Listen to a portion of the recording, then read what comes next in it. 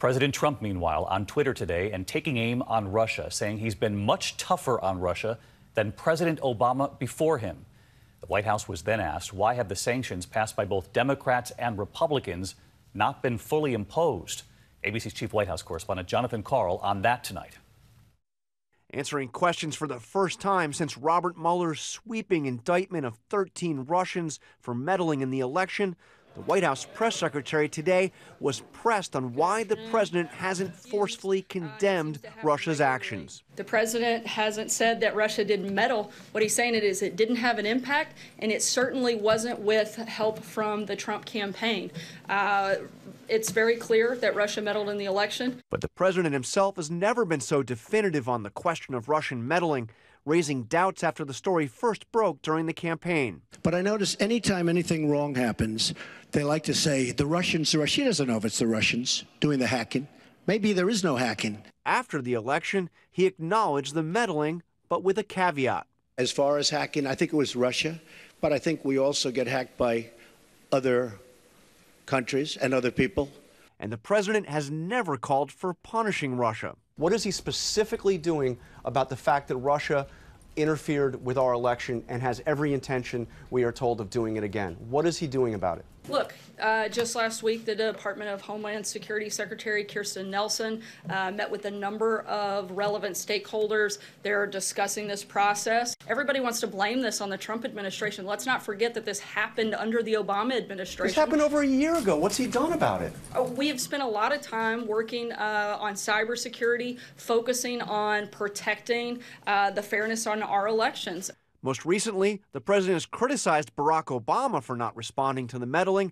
As for Putin, he has suggested the Russian leader is sincere in his denials. I believe that he feels that he and Russia did not meddle in the election.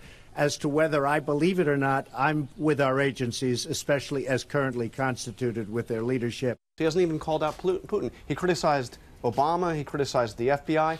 He didn't even criticize Vladimir Putin in the wake of his indictment. He has been tougher on Russia in the first year than Obama was in 8 years combined. Congress slapped sanctions on Russia last summer, but the president has yet to fully implement them.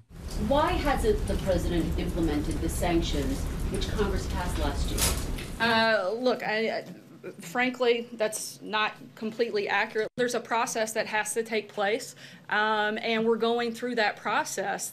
So let's get to John Karl with us live tonight from the White House as well. And John, those sanctions were passed back in July with overwhelming bipartisan support.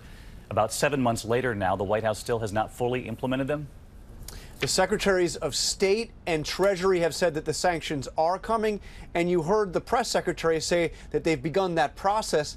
But, David, the bottom line is that those sanctions have still not been fully implemented. And, John, in the meantime, another issue that came up late today, the White House also pressed on the newly announced restrictions on West Wing officials working with what's called a temporary security clearance. Their access to classified information, they say, will now be limited.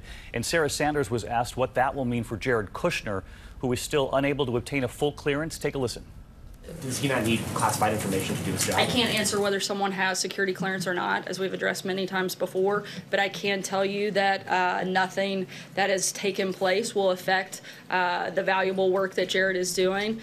And, John, you were in the room when Sanders was asked whether the president will consider granting his son-in-law a full security clearance himself.